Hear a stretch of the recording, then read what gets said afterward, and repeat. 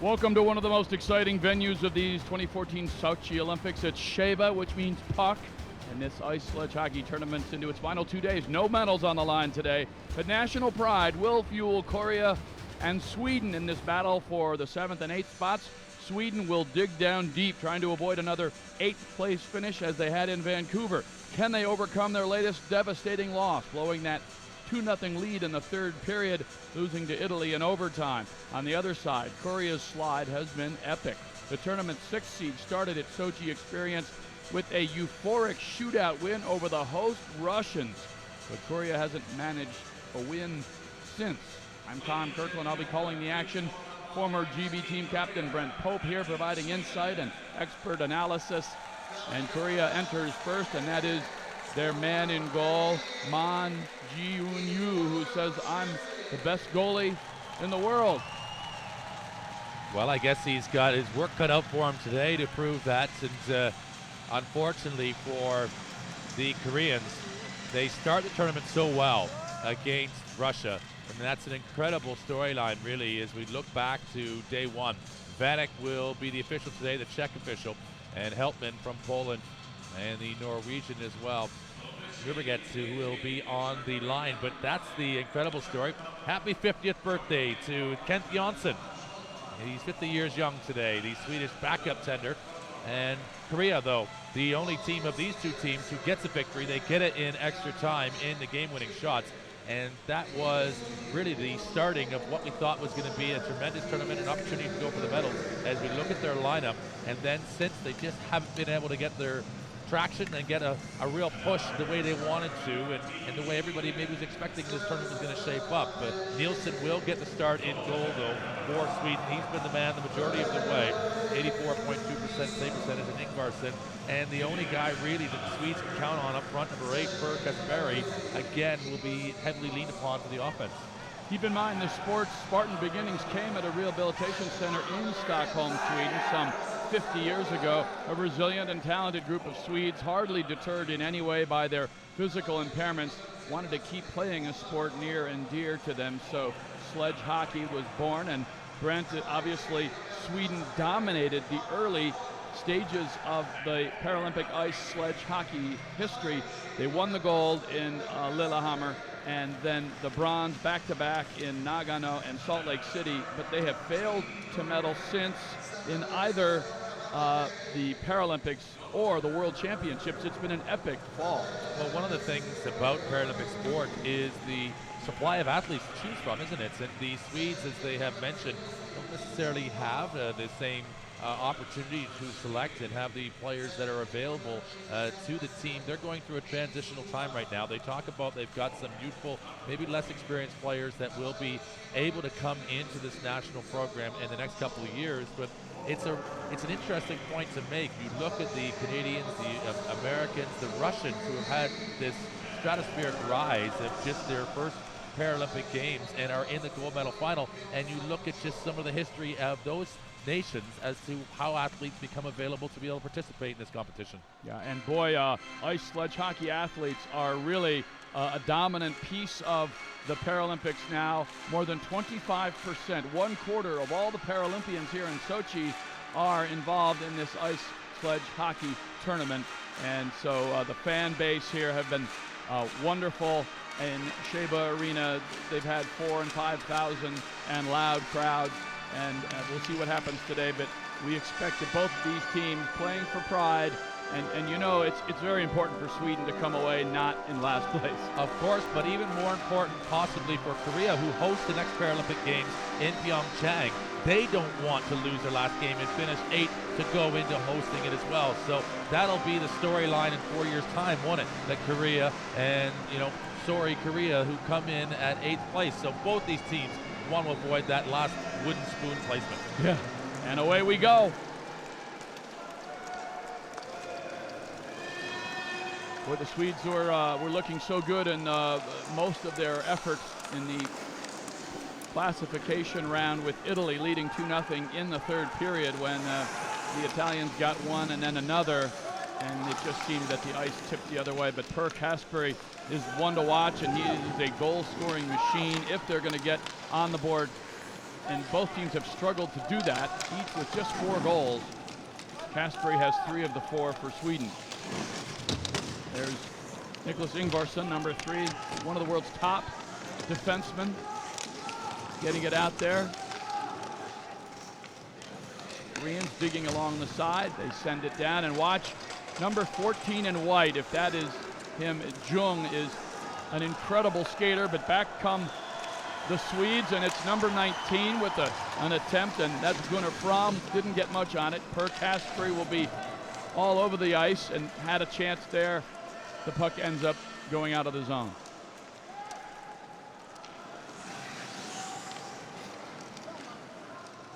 All the way cross ice, and you'll see the Koreans giving chase. And immediately it's Jang behind his own goal, and now Park has trouble. It's left in front. These are always dangerous times. The puck sitting there, and there's not a whole lot that the Sledge goalie can do there. It's pretty much about positioning and just having to guess sometimes. You're right, they have to anticipate the play, and at times, depending on how the goaltender decides to attack the shot, whether they're side on or whether they have the foot of the Sledge facing the shooter. Here's a chance. Swedes come in blue and they let it go, and it seemed to have Han on the wrong foot. Ming Ju Un Yu, the goalie, seemed to be off his mark a little bit there. And he looks cumbersome in the Korean goal at the moment, getting around. Ingvarsson with the left, it ticks away, and some chances right off the start. It appears as if the Swedes are perhaps more motivated. They seem to have more energy. They've actually taken some hits, and now the chase into the Swedish corner, and a big push from Kim. And they battle in the back there with Rasmus Lundgren. And the shot, a big attempt off of the giveaway, and a nice position by the Swedish keeper.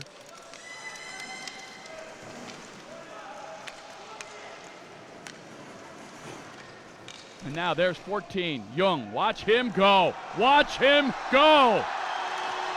And save. Knocked away, and now the big collision right in front of the Swedish goalkeeper. And incredible work there as Nilsson stops the flying Jung, and you can see what I'm talking about. Seung-Hwan Jung has a goal and is there, Coach Kim's leading Minuteman, and you can see why. He just parted the waves and just went in untouched.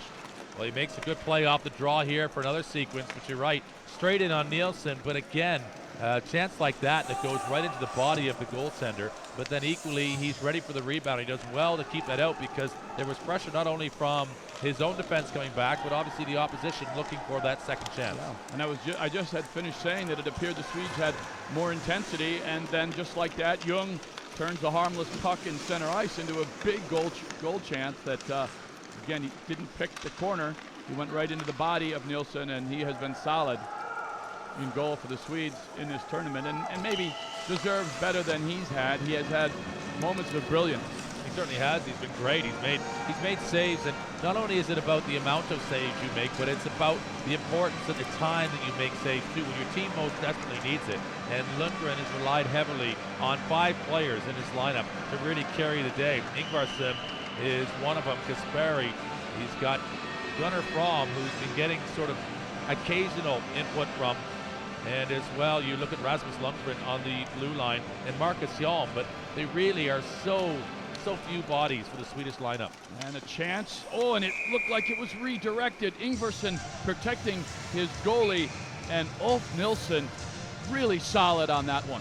Very tidy pickup, isn't it? Because he takes it on the blocker and quickly gets his glove hand over. But just to give you an idea of how few the players the Swedish team have today, 8 skaters only. The 2 goaltenders, obviously Nilsson in net, and the birthday boy Jansson on the bench.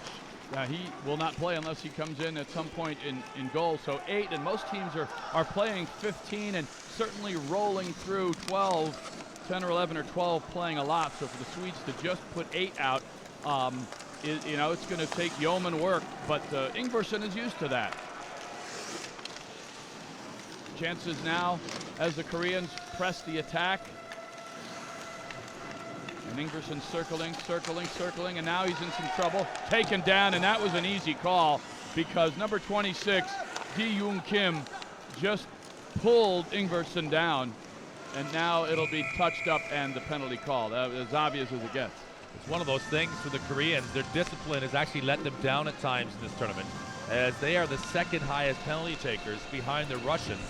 And they take an average of 8 penalty minutes per game, and it doesn't seem like much, but neither of these teams really are taking many, or not many penalties in general taken in the sport of ice sledge hockey. As you see, Kim is going to get it for holding, and the opportunity for Sweden, who have been decent on the power play. Yeah, actually, these two teams, you might not think of it there, just an obvious call. These two teams are 3-4 in the tournament in updated statistics on the power play, and the Swedes are 4th, so teams that struggle to score have managed to do so on the power play. Penalty killing, Korea, again, in the box a lot, and they've managed to be 4th right now. They're finished to about they're about halfway in the group in terms of penalty killing, and they've needed to be. The Swedes are the ones who have really struggled down a man throughout the tournament. And equally as well, the Swedes with the scoring percentage, it's okay, but they score on 12% of their shots, but they don't get many shots, and that's the reason why, as you look at their record, they are sitting in this game, or in this game, shall we say. A lot of work still left to be done, but an opportunity now. Yu has told everyone I'm the best goalie in the world, and he has certainly been tested, and he has looked that at times, particularly against the Russians when the Koreans were playing their best hockey that first night. They were ready for that epic moment, and they got the better of the Russians, but from then on, in that very difficult group with the United States and Italy, they just weren't as good. It's about consistency, isn't it? And if you can rise to the big games, that's fine, but how do you play across all the games? You see Ingvarsson trying to get it to Christian Hedberg, who is parked right in front of you. Oh, and that slowly, but was a little bit of a problem for you as he watched it go wide. Now it'll go all the way down, and the Koreans doing a good job on this penalty kill. You see the Swedes power play, 1 for 6 in this kind of a short tournament won't do you very well. A team this starved for scoring needs to really be dominant when they're up a man. And here we go. Per Kasperi, look at that shot. It's steered wide, and the big rebound. Look at the work by Lee coming in to help his goaltender. It's a great play by Lee. He makes sure to come back on the inside of the other Swedish player, who's the non-puck carrier, looking to go to the net for the rebound. But his position was king, and once you establish a line with these sledges, you really are in control of that area of the ice, but you have to get there first. Okay, here they come again. The Koreans' defense a little bit confused. Kasperi with either hand, equally able, and the clear that will just barely get out. So the Koreans have done a good job, and they've effectively killed this off. Now they're down a man with a little bit of a chance for a shorthander. They're walking, oh, and they had a man right in front. Oh, and that was a problem for Lee as he was alone, but could not stop, went right into the boards. Power play over. Early advantage to Korea on the penalty kill there. The Korean forward almost needed the brakes, didn't he, on that sledge? And there was no break indeed except the end boards. And it was a heavy collision, coming back so hard, or coming into the play so hard. Now the Koreans coming in, and that is Jang putting it on goal. Good play, and to test again, and the Koreans are equally ready for it too. And we talk about this game as we look at some of the discussion in and around the gold medal game and the bronze medal game. And regardless, you know, when you wear your national team's colors, as you watch Kasperi with the shot coming in, you've got to remember there are at least 9 other nations in the world that would love to be in a position here at the Paralympic Games. And whether you're feeling disappointed about how the tournament has gone for you, you still have an opportunity to perform. And I think, Brent, you made a great point at the beginning that this is really important going forward toward Pyeongchang in 2018, that the Koreans would love to come out of here with a win in their last game and be able to have that experience as you see the incredible rocket from Cho with the left hand and right into the body and Nilsson able to stop it and control the rebound. But really, the Koreans would like nothing better than to leave Sochi with the win going into the next chance at in the Paralympics on home ice in Pyeongchang. They will have many of these same players back. All the way down, and this appears to be another icing. They've waved it off, and look at the work in front. Great hustle, and that is Ojla, the team captain at 45, was in position. Now back the other way. That is Park. 1-on-4, and as you might expect, he doesn't win that one. But he continues to press Ingvarsson, and the puck is sitting there, gobbled up by Kim. Lundgren back helping out his captain and sends it all the way down and around and out. But the Koreans send it back in, delayed offside. You see the shots after, in the first couple minutes, Sweden controlled the tempo, but now the Koreans are starting to put pucks on Nilsson. Well, they've got 5 shots, haven't they? And that's one of the characteristics of the Swedish team. They are a defensive team. They're used to having to play in their own zone, and they take a chance when they can. As here the Koreans come. Yes. Little drop pass there for Cho, who has a goal in this tournament. Sent back, and Han has a rocket. He scored 2 against the Russians, and you see that. Oh, a little bit of a surprise for Nilsson that 68 Cho has both hands able to just rip that puck, and I'm sure they're well scouted, so not that much of a surprise, but when you see it real time, it's still it's a different thing. That goal you mentioned about Jan as he scores against the Russians. This shot, though, coming in, a great test. And once again, Nilsson is good enough to the questions being asked. And if you have a little look at the way these coaches approach this game, Lundgren was sort of applauding his team, trying to be positive and getting encouraged behind him. Obviously, Kim, a little frustrated, quite a stern character, isn't he? Quite demanding from his Korean team, and they are expecting. But there's no doubt that this is the last step towards them hosting the games in 2018. And you want to make sure you've got firm footing and something to push off and remember well about Sochi, as this is the last opportunity in this Paralympic cycle. Yep. Ojla wins the face-off, and Kasperi comes down looking for help. Ingvarsson joins the play, and the Koreans helping out their goalkeeper Yu with tremendous back-checking in numbers. And they clear it out. Gunnar Fromm getting more ice time now, and it's dumped in. Cho trying to start something, and looks like that'll go all the way down for another icing. So here we are, just about 10 minutes into the period. The Koreans have had a couple of chances on Nilsson, and really after the first minute or two, the rink has been tilted down toward the goalie Nilsson for Sweden. Korea, you're right, are starting to pick it up and playing with some more emotion. And the battle there for the puck, and that stick was actually stuck in the boards. And when I saw that play, I wasn't entirely sure whether it was a shadow or whether it was a stick, but the stick was out there almost like a cantilever door to get through. Ingvarsson keeps it in, lifts it, but it's wide of Yu, the keeper, and now they send it out. And Korea has numbers, and there is Jung, and that'll draw a penalty.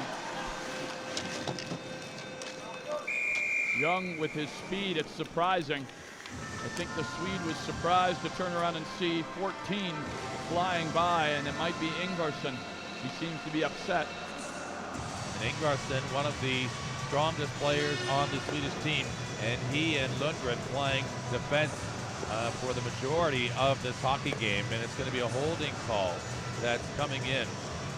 And against the Swedes, there it is, Ingvarsson who gets it.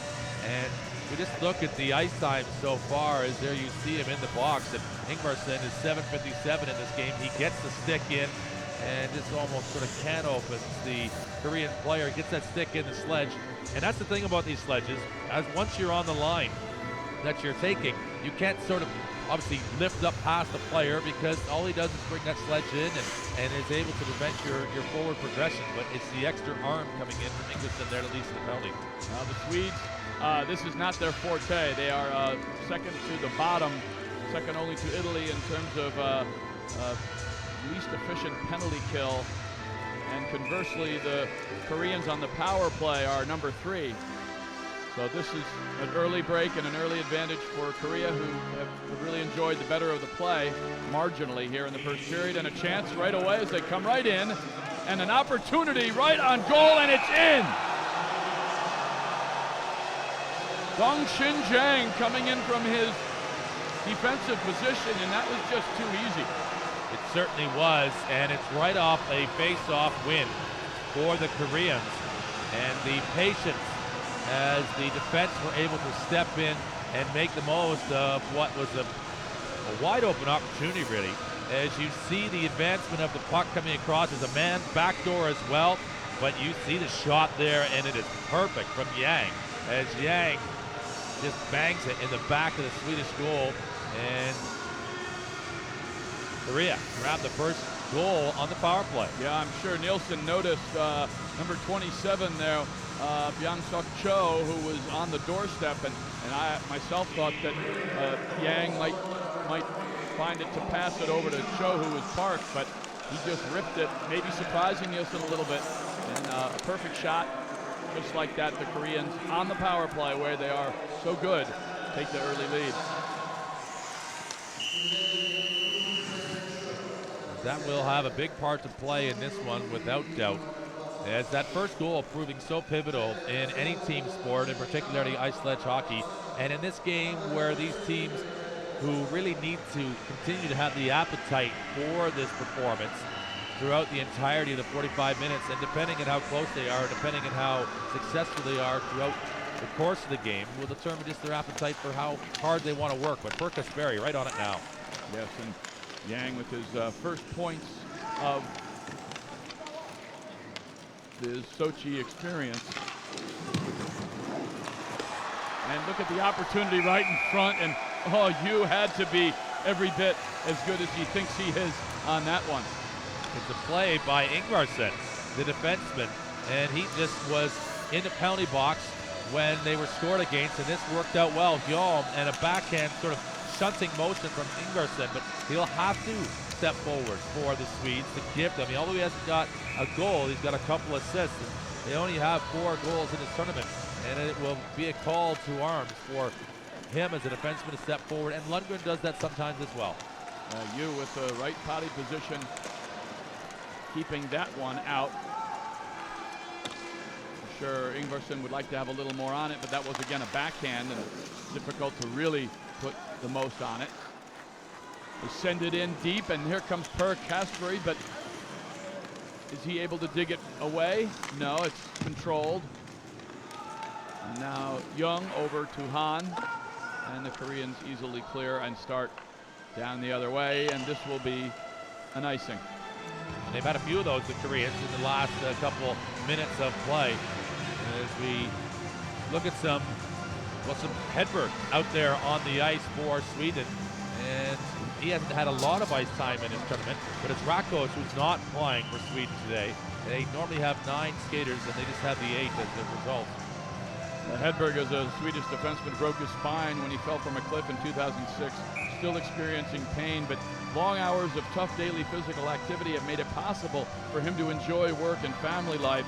He was so much used to having morphine to fight the pain that he couldn't train, but then he realized that if he swapped the drugs for just an absolutely devastating, relentless and devastating daily training to create the endorphins to ease the pain, then he could compete and get back into the sport. So off the morphine and on to the relentless training, many hours a day to create the endorphins to ease the pain that he has, and now he's back and playing and making a contribution to his national ice sledge hockey team.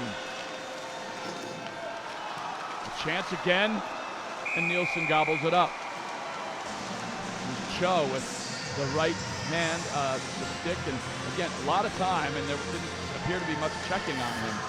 No, you're right. He's got time, and the shot there by Nilsson, and Nilsson really, it makes me smile every time I see him make the save, because that hit right to the top right corner.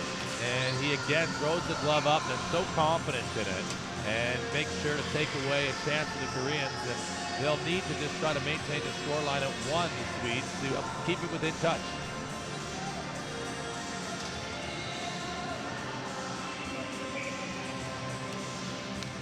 Park loses the face-off to Ingvarsson, but he gets it right back, and a chance.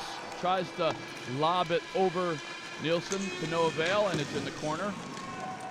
And the Swedes in their blue roads will take it out. Ingvarsson will not catch up to this one. Instead, it's Cho. Dumps it off the wall, and Hahn leads the attack around the Swedish goalie. The battle for the puck. It's kept in nicely by Yang. Ingvarsson again. We'll be saying his name a lot as he may hit 30, 40 minutes. Oh, he's en route right now, and this is the last game. They're going to empty the tanks, and he's going to rely, Lundgren, heavily on his players that are going to carry the mail for him. That have been all tournament, in fairness. Yep. 2 minutes to go, period number 1. Korea on the power play has the 1-0 lead.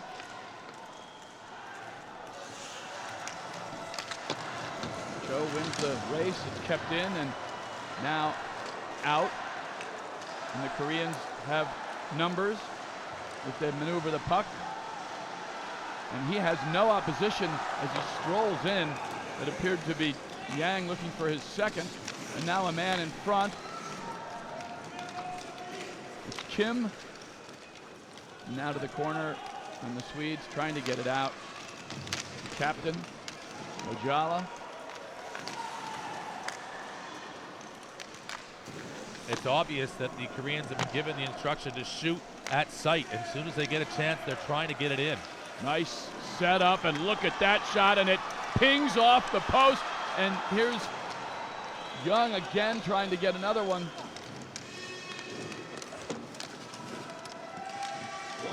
I think that was Hahn right there who shot hit off the post. I'll have to see the replay to be sure. Ingvarsson now trying to get it out. He'll count on his teammate Fromm. Gunnar controlling and bangs it off the wall, but is it enough? No, it is not. Sent right back in again. And Nilsson will grab a breath. Oh, that was close. And it was, and they actually misplaced or mishandled their own stick in front when the best opportunity on that sequence presented itself. And you'll see the shot coming in originally from Lee. And Lee gets a good one. It goes right off of the face mask of Nilsson, and that one ricochets off Fromm, and Nilsson right now has got his hands full in the Swedish goal. Kasper showing he's not afraid to throw his weight around, and here come the Koreans again. Another one. Kept low and knocked away harmlessly.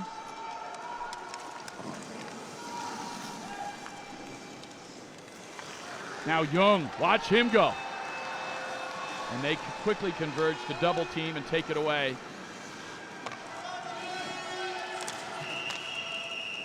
And offsides as Wu came in a little too early to touch. Period about over, and we've seen a remarkable number of goals scored in the last minute. I've been surprised throughout this tournament that teams rise or have a bit of a letdown here in the last minute, and many teams have managed to go into the locker room feeling good after a late goal. It'll be tough here in the last 10 seconds, though.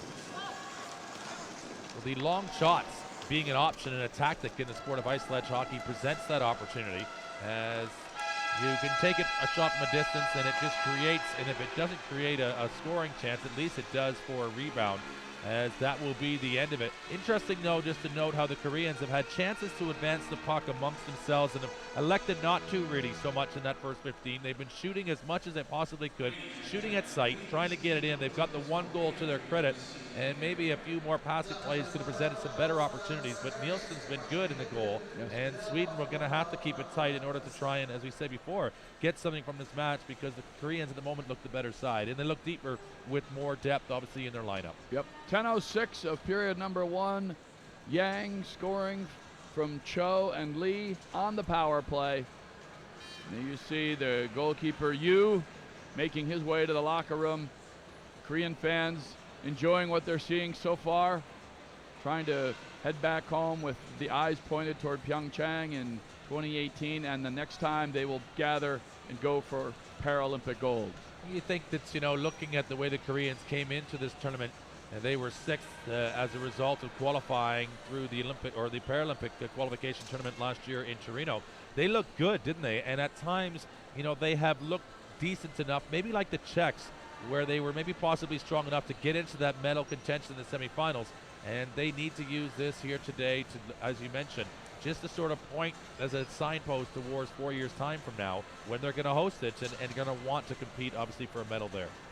Okay, they're in the locker room talking it over. We'll step aside here, back in 7 or 8 minutes with stats and highlights for you, and period 2 awaits.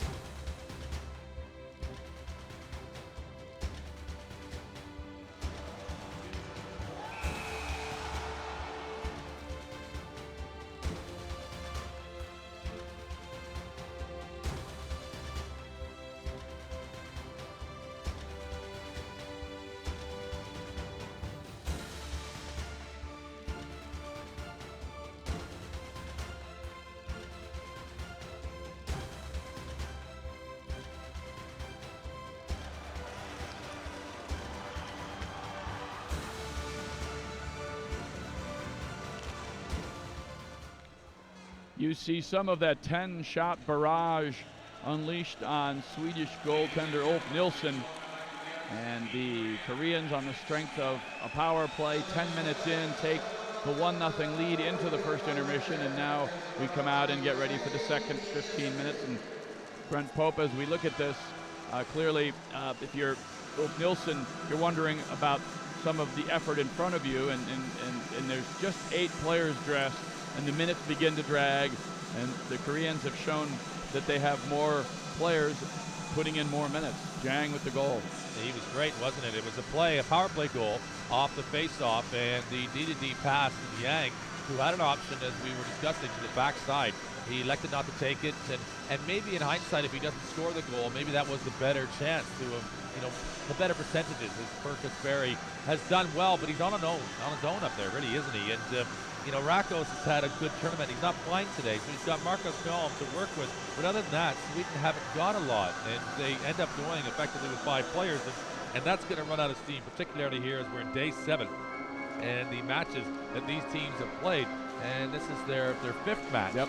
And it's hard work, and these athletes, yes, they're used to that in the shortened tournaments, but to be able to do that at the intensity and the emotional level that they need to play at, it might be difficult for Sweden today to come back in this game over, even though it's just 1 goal, but the Koreans continue and they've got more strength in numbers. Yeah. Per Kasperi with 3 goals. He had 2 in their last game when they had the 2-0 lead late, or in the 3rd period. It ended up losing, but Kasperi with 3 goals and an assist in the games. He joined the team at just 15 years of age, now 20. He had 6 goals and 12 points in the qualification tournament, and 2 goals in the bronze medal win against Japan. So clearly Per Kasperi is the man who will have to do something and ignite this Swedish offense.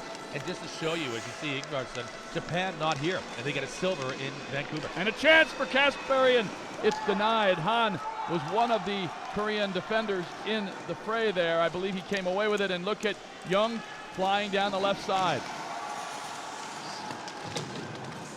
A back pass, and it goes into empty space. And there's Jung again. We've marveled at his speed throughout the tournament. He just seems to be all over the ice. His ability to dig, as you see, and then glide and use both sticks and work his way through people, part of the speed as well. And there he is, going in to assist his teammate, battling Ingvarsson, and Ingvarsson has it and loses it. And Hedberg is involved over there. They play on. Kasperi locking up there with Han.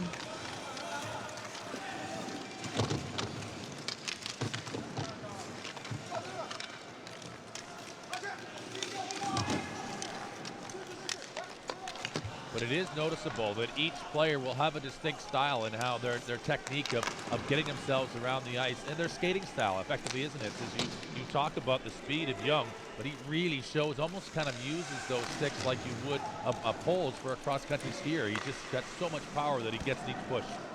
Yes. And it appeared that Hedberg had turned it over. The Swedes recover, and Ingvarsson now trying to clear it. Kasperi giving chase. Holm down here applying pressure on Wu. And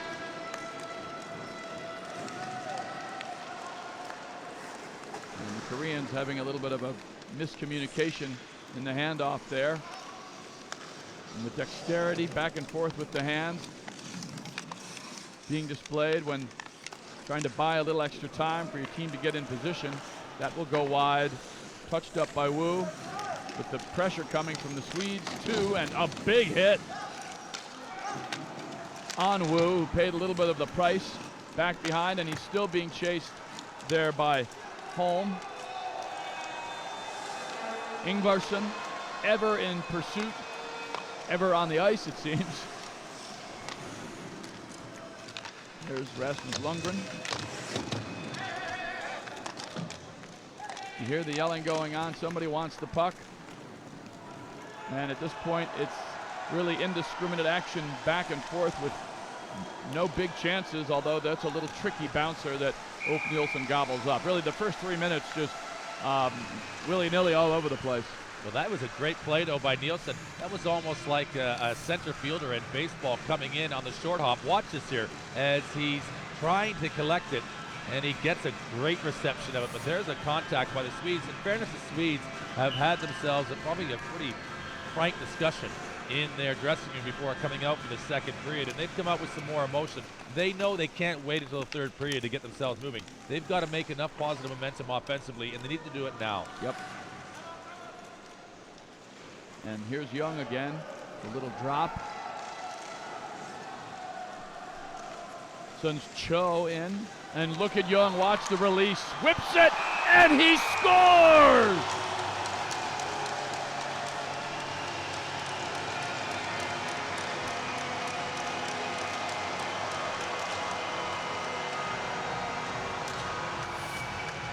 And watch this replay again. It is an absolute dart. The second goal of this tournament for Jung. And Jung makes it look easy as he goes cross-body against Nilsson. And that's the top left-hand corner. Is a thing of beauty and a master stroke by the Korean on their second goal in this one. And they are starting to push away. And Cho has assisted on both goals. But that was merely a setup, and you saw the speed of Yang coming in and then the absolute rocket. And Nilsson really overmatched on that one, and no fault of his own. Very little in the way of defense in there to apply body pressure on Yang there. Jung.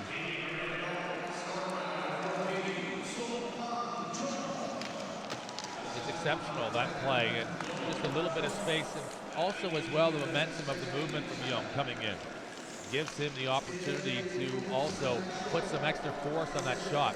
And as well, when you have the level of accuracy that he just employs and the elevation, Nilsson was just left begging. And now they come in again with another opportunity. It's ripped. Nilsson makes the save and a chance on the doorstep. Park, if he could have gotten his blade down, had an empty net, but now it's really up to the Swedes to dig down and find some reason to keep working. There's Han into the corner, and Han works his way back in, and the Koreans pouring it on now with the adrenaline lift of the goal. Lundgren doing what he can.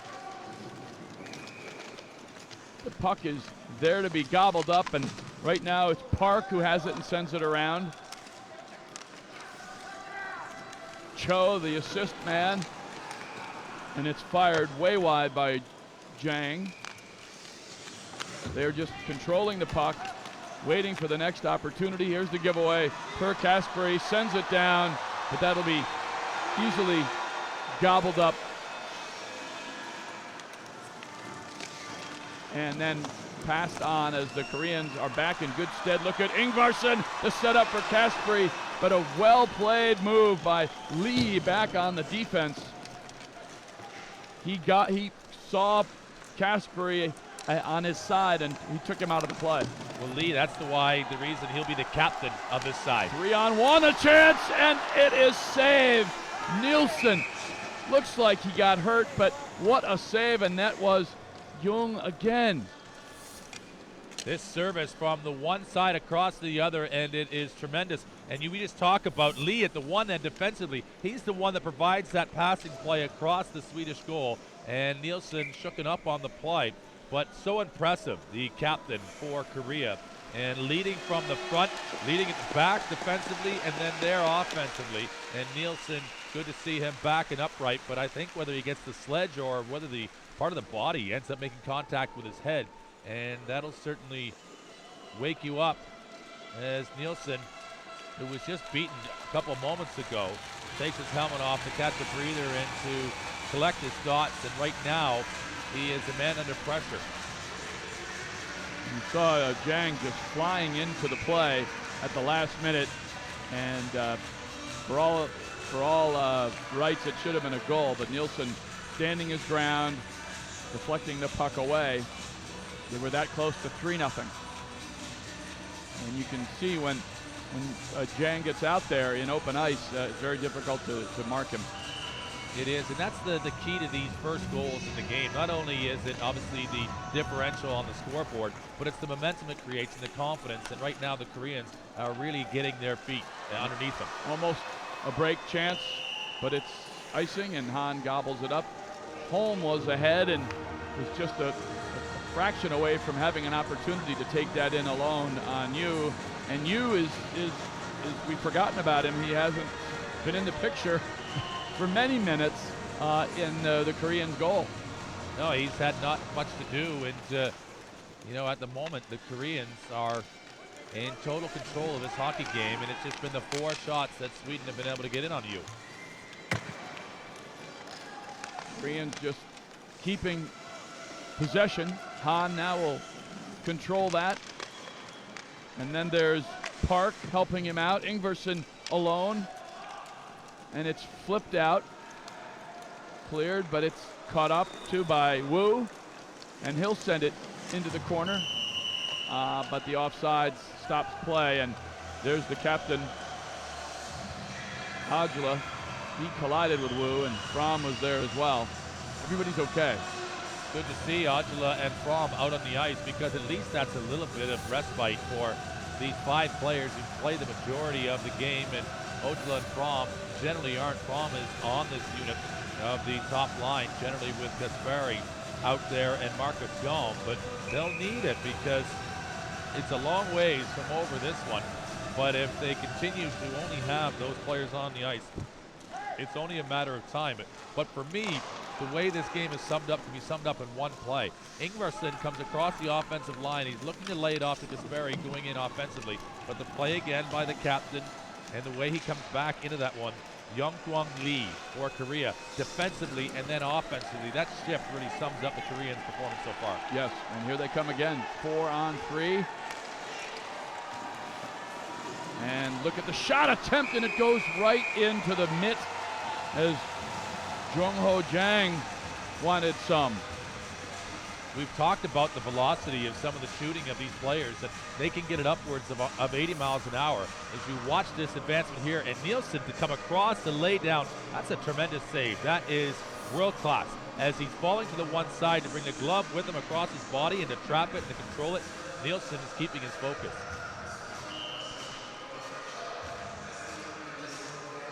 Park has had his way with shots and not yet found the scoring sheet. But the pressure is just constant. And again, the Koreans knock down the clear, and they're going to call that a hand pass, and maybe a harsh call. It's hard to suggest that a player is trying to grasp that puck, or at least just marshal it down above his head, is trying to advance it positively in the offensive zone. And that's the call. You can do that in the defensive zone from teammate to teammate, but in the offensive zone, that's the reason why the whistle is blown, and it's seen as a whistle blown for advancement with the hand of the puck, from one player to another. And the player now just taking a wild Hedberg to get into the faceoff circle, and he's quickly ejected. Here comes home. Faceoffs won. Korea slight advantage. Really not much to tell. It's 2-0 as we near the halfway point of period number 2, and the shots are just heavily in favor of the Koreans, and really the Swedes have put very little pressure on the Korean goalie Yu. First period he made a save or two, and but second period I don't think we've mentioned his name, other than to mention the fact that we haven't mentioned his name. And here we go again. The Swedes set up nicely, but back come the Koreans on the counter. And there's Jung with open space, circles, and now they've stemmed the rush of the Swedes, and they go back to center. And there's that puck sitting there, and an opportunity. Ingvarsson gobbles it up. They're looking for Kasperi, and we haven't seen much of him. He had a chance to break in, but he was knocked off the play by the captain, Lee. That play there a moment ago as the Koreans are trying to advance it. And then just sort of that backhand sliding use of the stick shaft, almost like a ruler, as they use it in many ways, almost like the mobile use of the boards, where they kind of will ricochet it off a stick and allow the other teammate who's a little bit in a better position just to receive that redirection. And clever use by the Koreans, broken up well by the Swedes. And Cho lets it go, and That's gobbled up easily by Nilsson, and on the doorstep was Young Kim waiting for a rebound that was not there. That shot, though, had quite a bit on it. Watch this here. Right off this face-off, and they've already got a goal off of a face-off, and Cho just gets it going in a hurry. And Nilsson with his favorite glove save again. The minutes piling up. Holm over 14. Lundgren 15, 16 for Per Kasperi. Ingvarsson only 13, but tons of minutes, and by comparison, the Korean team up and down easily 2 and 3 minutes less per player. Yep. And that makes a difference as we get on into the game. And particularly as we're in the last game of this tournament, just the work that they've done so far and measuring just what sort of output they've already put into these games. Ingvarsson with the single forecheck. Here comes Holm into the play. Jang gets some help from Park, and down they go. So 2 Swedes are tied up in the back, and we'll see if the Koreans can take advantage. Kasperi has it. Then he loses it along the near boards. It's hammered back out. Tapped ahead. Holm sends it in, looking for Kasperi, who has really been bottled up. Well, you had 3 defenders on him in that play, as there's now a penalty coming up against the Koreans, and it's Charging that's looking to be coming in, and it's that man there. Looks like Yang likely to go. There you see the official. That's the Czech official, Jan Vanek, who makes the call, and it is number 20 going across. And we'll see here just who will be called. There's 2 of them in on the play, Cho as well. And it's going to be Cho who ends up getting it. Both of them arriving at the same time. And Cho, the one to go to the penalty box for Korea. Now Sweden with an opportunity, and if they can do something here, well then all of a sudden it's a different game. Cho filling up his stat line. Now he's got a 2-minute penalty to go along with the 2 assists. So now it's up to the power play and penalty kills of the 2 teams. And this is an area where actually Korea, considering their standing, has done well on the penalty kill. They are 4th in the 8-team standings in killing penalties, and power plays, the Swedes are 4th. So interesting here. The Swedes need all the help they can get scoring goals, and maybe this is the break they'll need. Gunnar Fromm sends it in. Wu gobbles it up, fights off the check, and clears. And all the way back for Rasmus Lundgren, who's getting extra minutes here today. Ingvarsson circling and being chased, and ultimately having to turn back as the Korean star Jung forces him back. This is all on the power play as the Swedes are looking to try to get in and get on the board, but back come the Koreans, and here's that man again, and you see Ingvarsson takes Jung down, and you could see that coming as Jung was flying past him. Again, his speed just really taking a toll. Ingvarsson again, just call it holding, but if there was another call Tackling. look at him going right in there. I mean, he was just missing the lasso as he had his man there and was taking down the Korean forward like a wild steer. He just corrals him and gets him under control as Ingvarsson, and he just mutes out their power play opportunity. So now, interesting time in this sport where there's just 4 skaters and a huge rink. This is a chance to really see, for the next minute or so, to really see some wide open opportunities. Both teams 4 men. Soon the Swedes will be on the power play. But here they come in with a chance. Jang shoots it. Tied up. There's Kim has it now. Holm is chasing for the Swedes. And Han keeps it in Korean control, and back they come. So in 13 seconds, the Koreans will go on the power play. Sweet maneuver there by Han. You saw a little bit of his wizardry. Very impressive, isn't it, to link that together? It was actually Park. It looked like 68. It was 88. He just had the left and the right hand working. And so Park put it on. As it turned out, not a difficult shot, but a very interesting move to get the shot. You see that often at the blue line as they advance and go into the offensive zone, that they have to navigate with a little bit of trickery, and that was some there. Particularly if they've got speed, don't they? And they've got to be able to, as they meet that first line of defense at the blue line, and if they can penetrate through that with some speed, it really gives them an opportunity. This was the shot in, and that was the goal. As we look back at Jung, and Jung just sings one. And you see Nilsson, who is just sprawling, trying to make an attempt, but there is no save to be made on that play.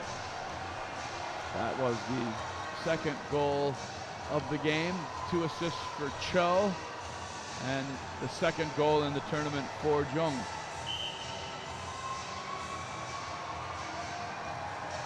And the Swedes trying to avoid what happened in Vancouver, but more and more it's looking like they will come in as the 8th seed and leave as the 8th place team.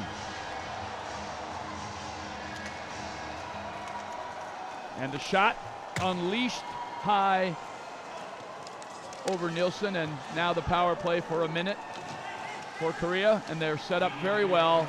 Bodies in front, puck control, goes to the corner. Now you see the good work from Rasmus Lundgren, 1-on-2, but he's controlling, eating up precious seconds.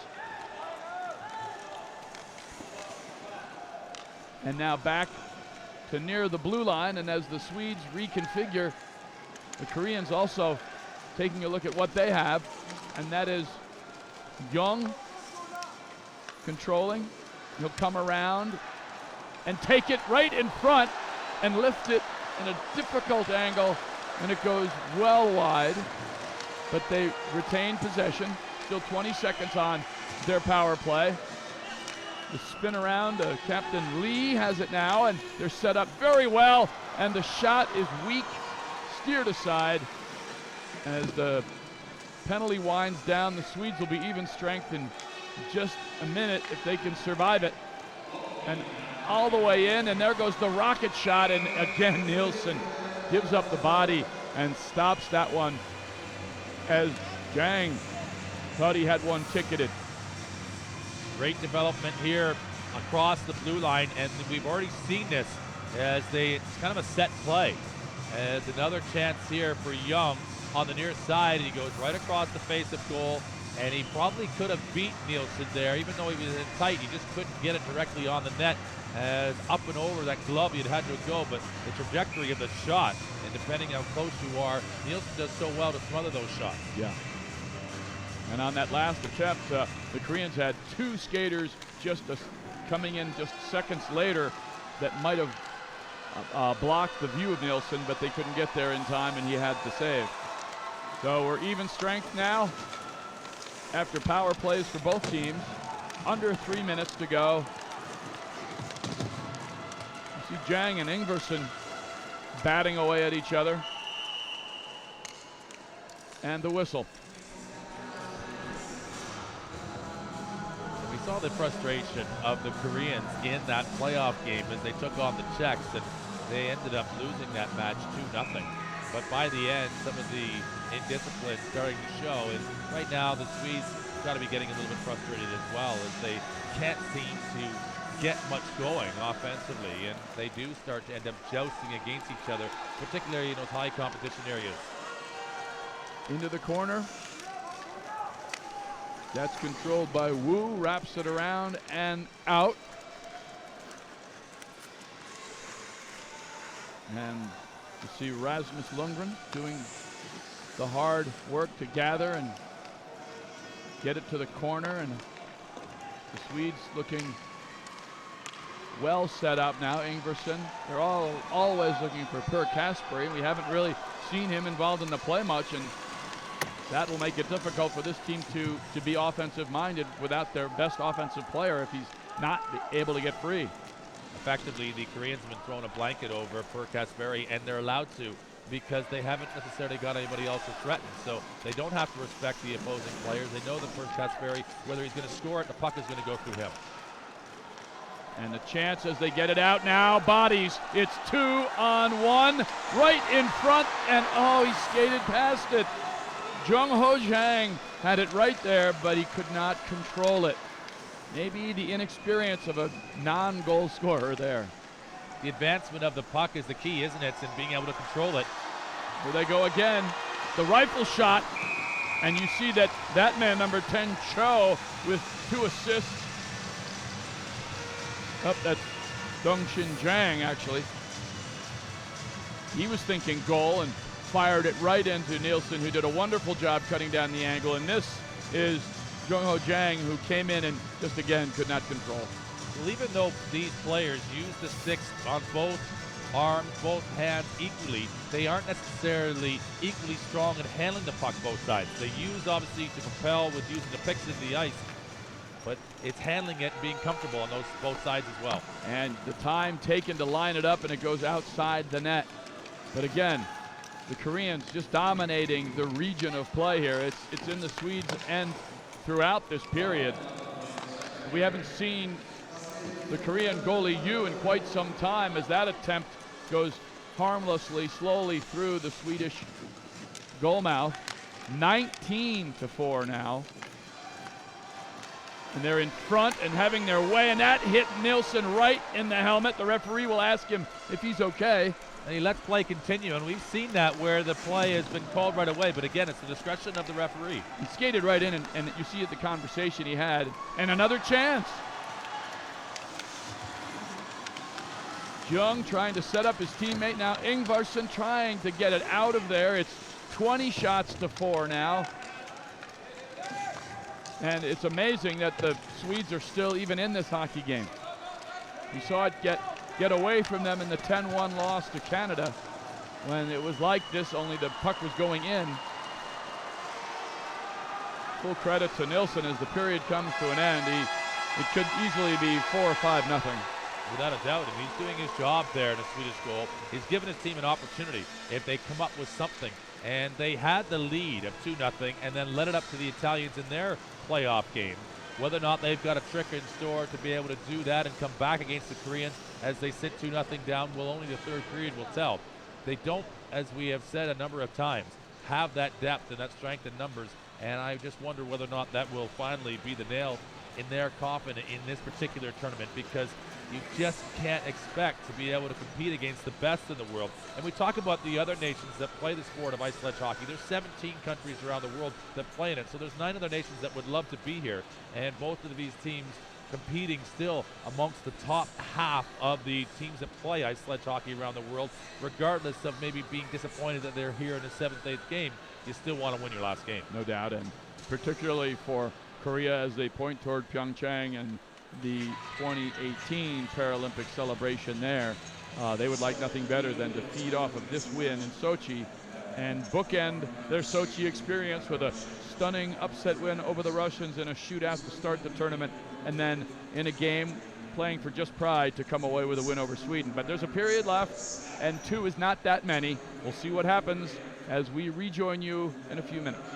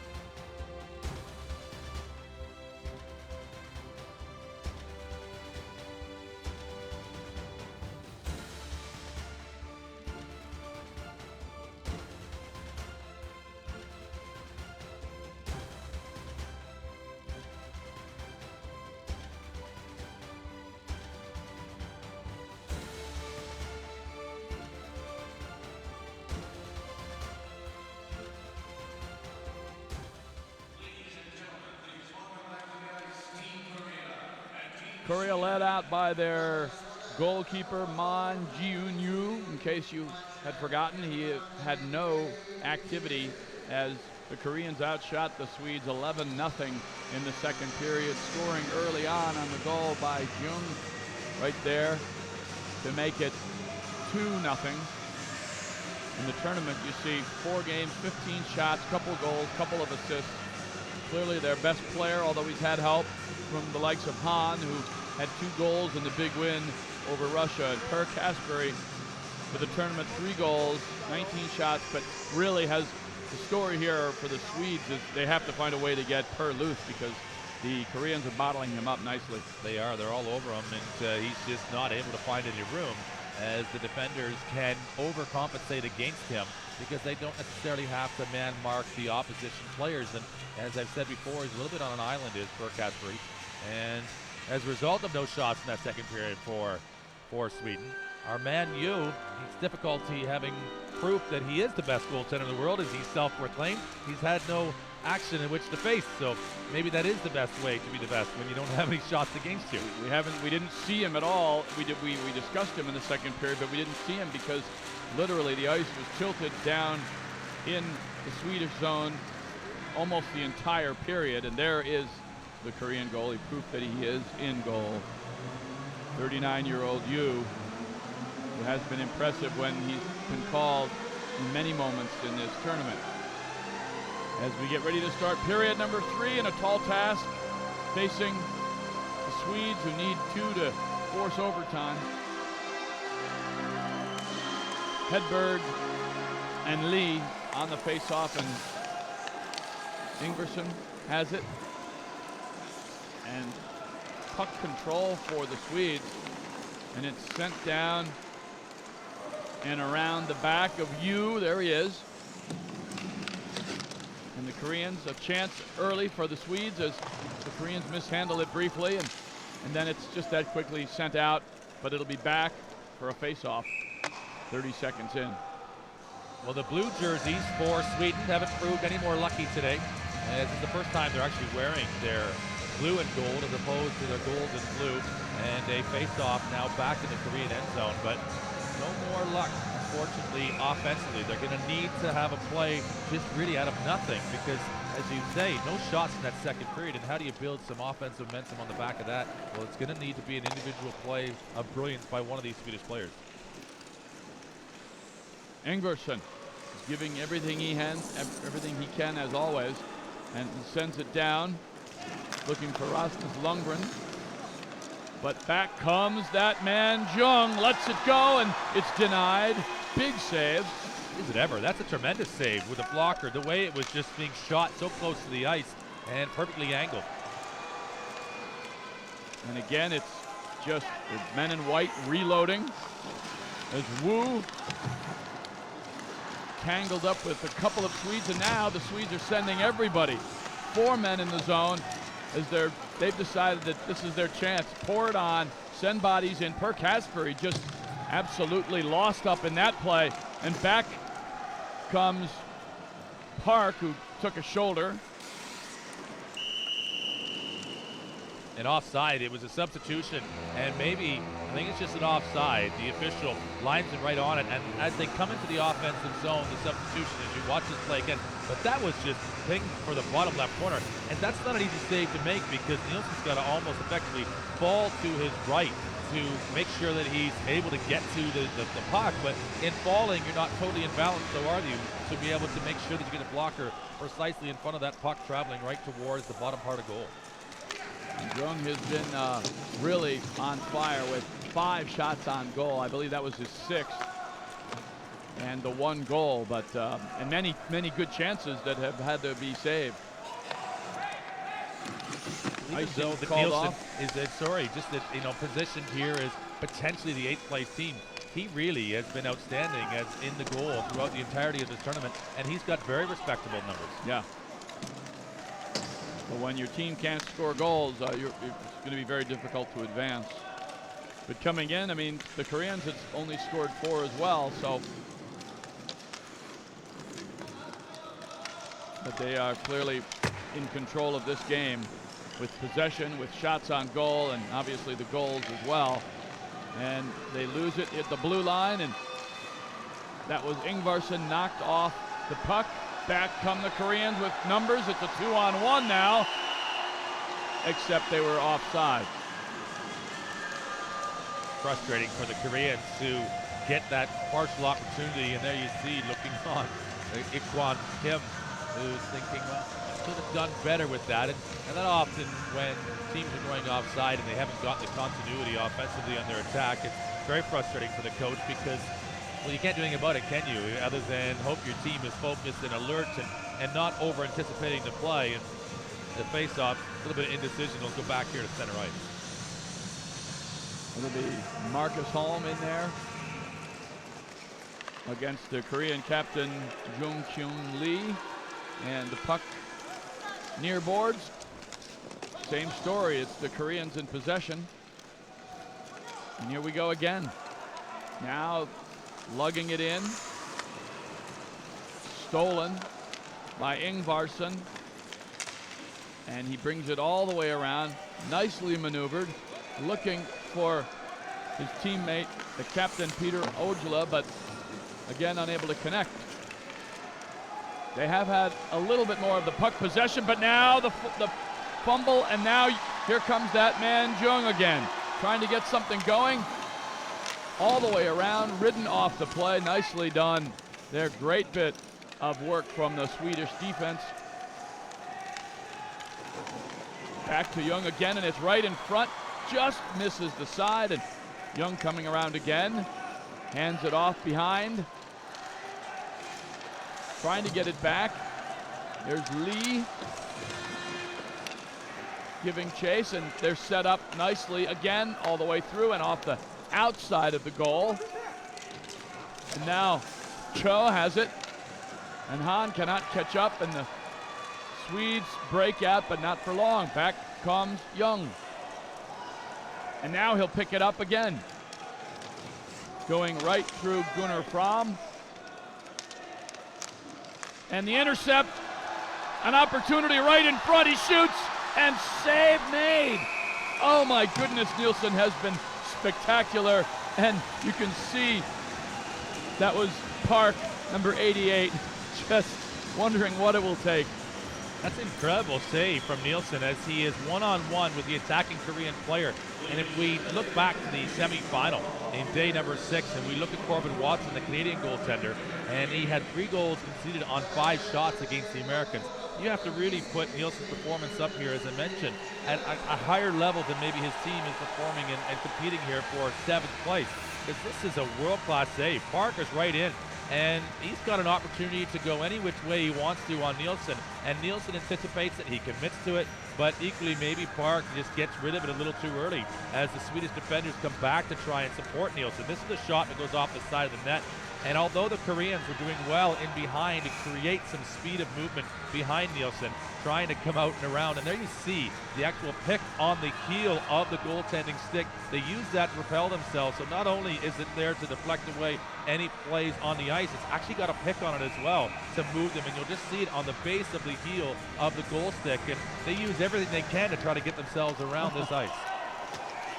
So the Koreans picking up where they left off at the end of period number 2 with big chances, and they're just counting. The Swedes are just leaving their goaltender home alone, and he's done a tremendous job. This could be 5-0 easily. Without a doubt. All the way around. Ingvarsson knocked down, and here come the Koreans now. All the way in front. It's Kim. Offside.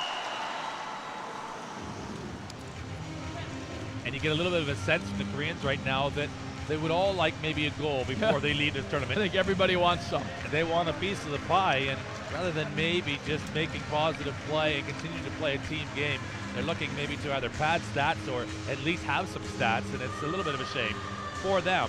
But it's okay for Lundgren, who right now realizes that they probably are second fiddle in this particular match. 10 minutes left now, 23-4 are the shots, and the Swedes have been sitting on 4 for at least one period and a half almost.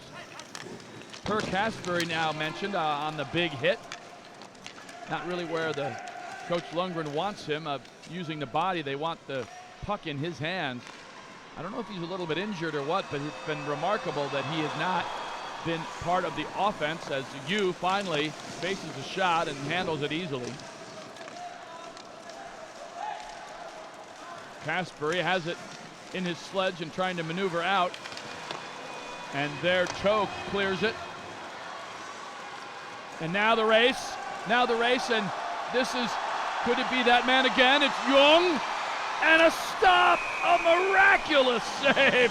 And you see Jung laughing too, because you just, at some point, have to say, well done. And Nilsson, Nilsson, the goaltender. He's nasty, as he is not giving up anything cheap.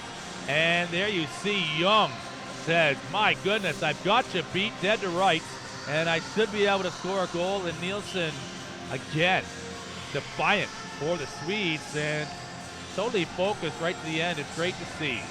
Jung could have 3 or 4 goals. Oh, without He's a doubt. had so many chances.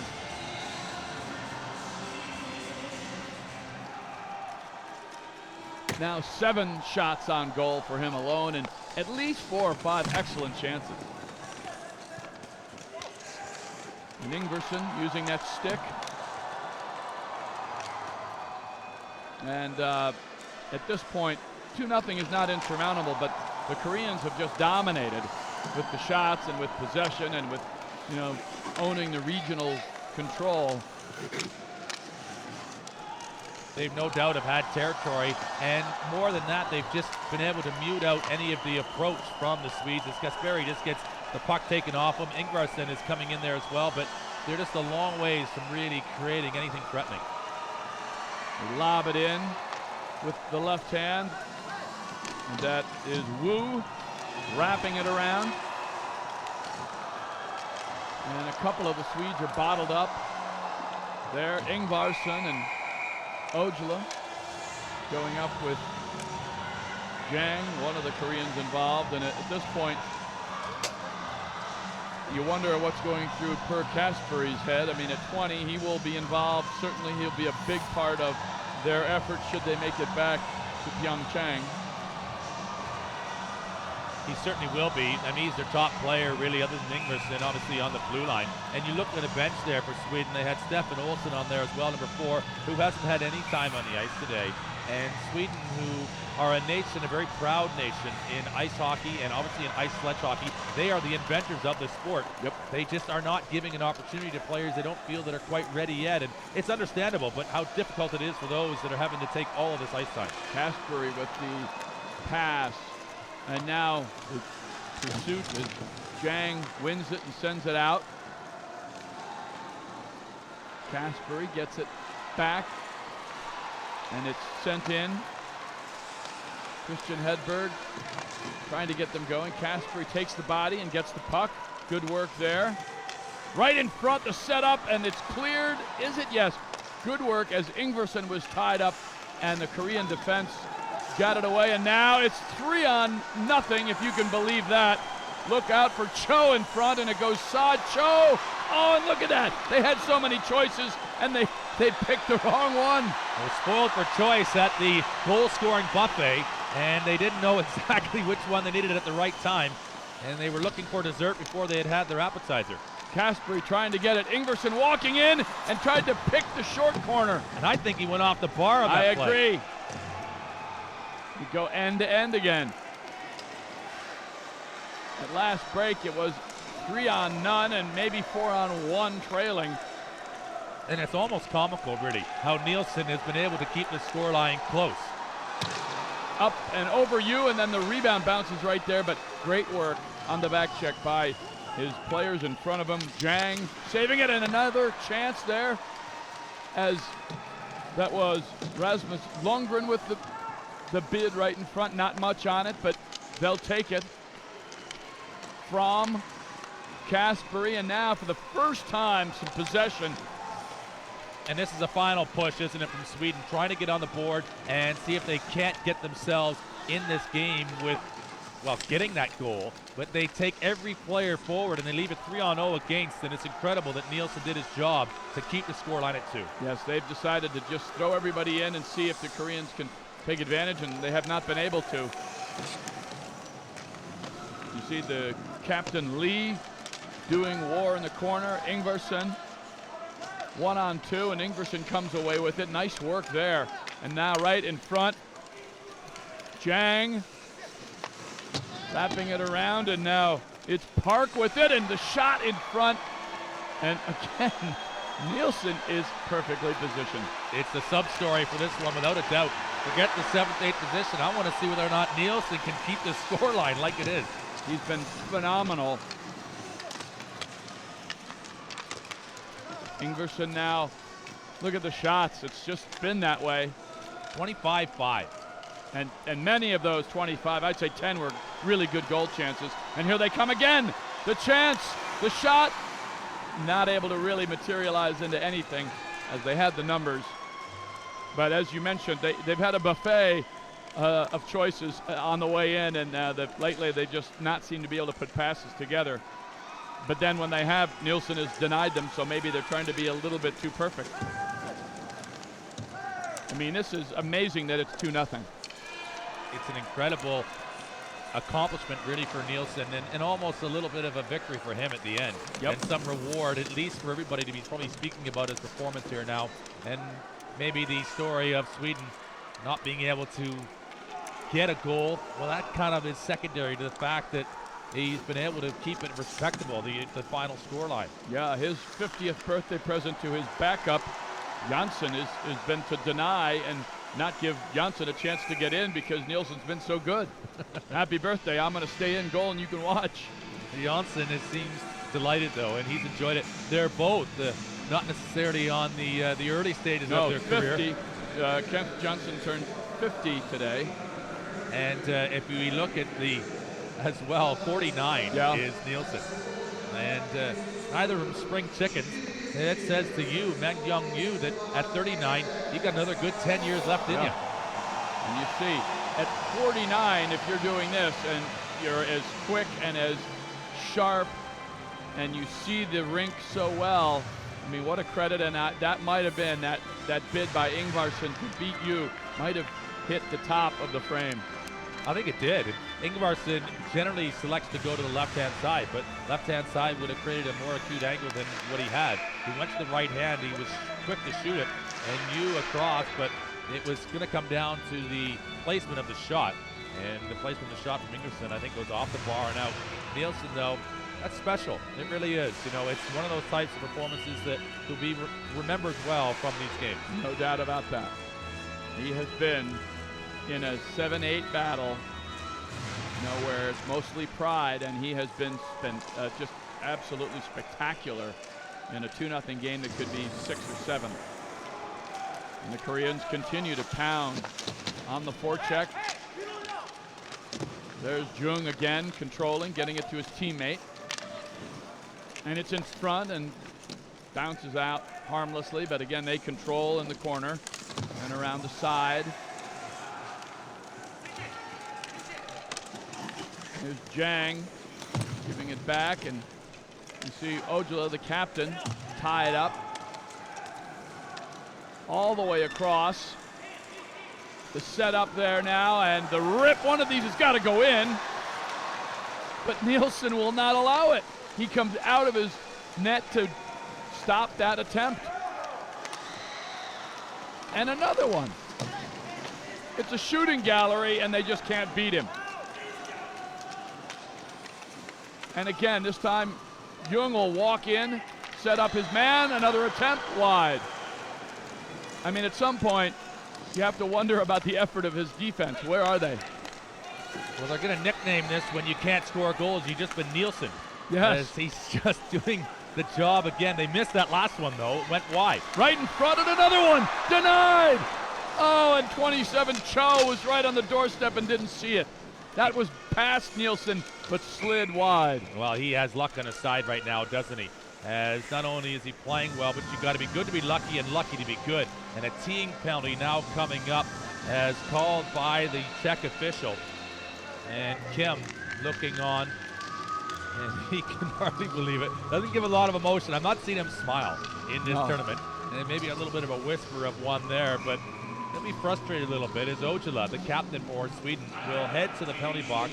And there's a timeout Sweden have just called right now. This was a play by Ojala, comes in, and it's dangerous because he gets the sledge right into the legs of the captain for Korea Lee. And just, it's obviously worthy of a penalty, but you can see why it's called that in ice sledge hockey, as Ojala looks to dip in the cooler for a drink. He won a Swedish championship in floorball wheelchair earlier in his career, and when he was named captain, he said, "I was chosen captain because I believe I'm very good with other people. I'm a good listener on and off the ice."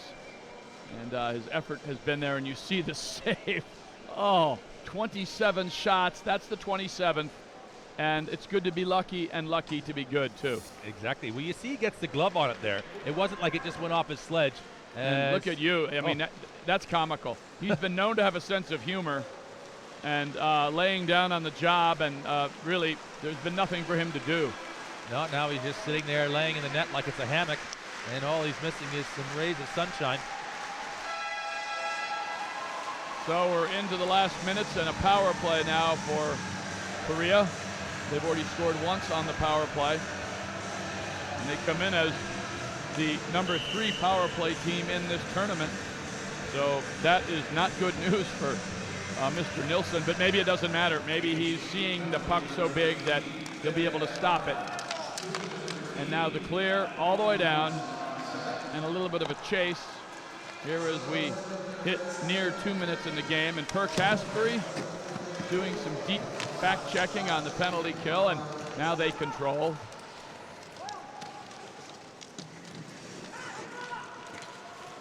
Big setup, a chance for Ingvarsson, and it's deflected off the defender. I believe that was Wu who got his stick in there.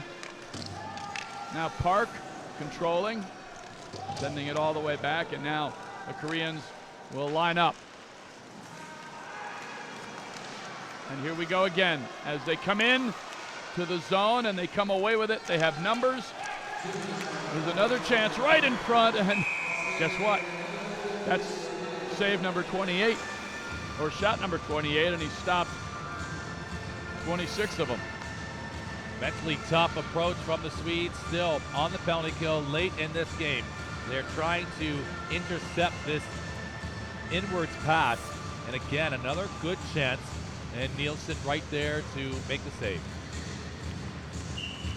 We're winding down, and we're seeing the Korean team that on their home ice they have the makings. When you have a great goalkeeper, although we haven't seen you do much, but they have the pieces that they could easily have been in the medal round, and maybe not as talented nor as deep as the Canadians or the Russians or the Americans team, but they're not far off, and playing on their home ice in 4 years, they could be a threat. I think they've got a really well-balanced team, and one of the problems that I've seen from them is just a little bit of indiscipline and equally just concentration at key times. And when you lapse for a moment, these other teams at a world-class level, they'll make you pay. Kaspery again deep on the forecheck on the penalty kill, and the giveaway and the shot. Oh, the rocket went wide. That would have tested you. And really could have held on a little bit longer before having to take that shot, Lundgren. Yeah, just a little bit anxious. That would have made it interesting here at the end. It's still just 2-0, but a minute left now, and up and over as you watch that go with a little bit of concern. The penalty is over, and that will be icing. So 50 seconds left in this ice sledge hockey Paralympic experience for both teams. The Swedes, and look at Lundgren. He knows he had a chance. He'd like to have waited a second or two longer. Well, if he did, I think he obviously would have got the better shot off, and equally would have been able to see just what was available to him in the Korean goal. But he kind of snatches at it there and knows that that was an opportunity. Now you looking out, trying to put the final touches on a shutout. Although, I mean, 5 shots on goal, he'll be embarrassed to call it a shutout. And We'll see what happens here. 40 seconds to go. That is Jung, 2 on none. And again, goes wide. He could not make a decision. He had a teammate, and he went back and forth and ended up with no shot. Well, he ended up trying to make a play around the end on Nilsson, and I'm not sure whether he just lost possession at the end. Nilsson, no, as I say, it's not even worth mentioning anymore because he's just been absolutely incredible for the Swedes. Yes, he has. And a chance here right at the end to end the shutout. The shot and the save. So Yu steps up and says, anything you can do, I can do as well.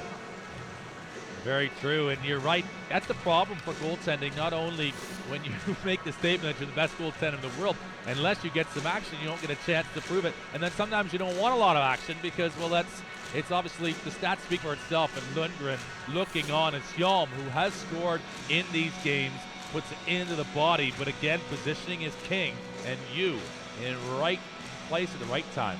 Yes, and to his credit, you know, it'd be easy to leave this game mentally because he's been so untested. And the Swedes pulling the goalie here in the last seconds, trying to get something going. And the game will end before that misses anyway. 2-0. Korea finishes in 7th place. They came in as the 6th seed. And the men in blue, the Swedes, came in 8th seeded. And they will mirror their 8th place finish in Vancouver. But that man could easily have, I mean, that was one of the great goaltending performances that maybe anybody has seen. I agree. Just absolutely remarkable. 28 shots, 26 saves, and about 10 or 15 were golden chances. They certainly were, and that's the difference between shots on goal and scoring opportunities. And I would comfortably say there was at least 10, and then more likely 15, that were legitimate goal-scoring opportunities where they weren't shots from 40, 50 feet. They were 2-on-0s, 2-on-1s, 1-on-0s, where Nilsson had to make the saves. And as you just see him just acknowledging the crowd there, you see the actual picks and the spikes in the back of his glove. He worked from left to right, and he sprawled. He made every possible save today and did have a little luck on the way as well. But it's a remarkable piece of goaltending, and he'll want to keep the game film for this one. Yes. Even though it's a disappointing beginning in the 7th, 8th place game. It was one of the best individual performances that a goaltender has probably played at this level. No, absolutely a goaltending clinic for ice sledge hockey that they'll show that to the youngsters in Sweden as they try to continue to develop their program and just playing the angles well, staying in it mentally, not getting down on your team, just managing to do the best you can do in your goal. It could have been 6-0. It was only 2-0. And that's the important bit. Regardless of the score line, regardless of the position, play with pride. Play with the respect that this game deserves and the respect that being at the Paralympic Games deserves. And the Swedes did that. So as much as they're disappointed that they finished 8th, they played the game properly for the entirety of the 45 minutes here in this final fixture for them in Sochi. And for that, they must feel good about where they can go from here. No question. And for Coach Kim and the Koreans, it's the next Paralympic celebration will be on home ice in Pyeongchang. And I reckon that will be a group that will be a force to be reckoned with. So on that note, as they say thank you to the crowd, we say thank you and goodbye for now from Sochi.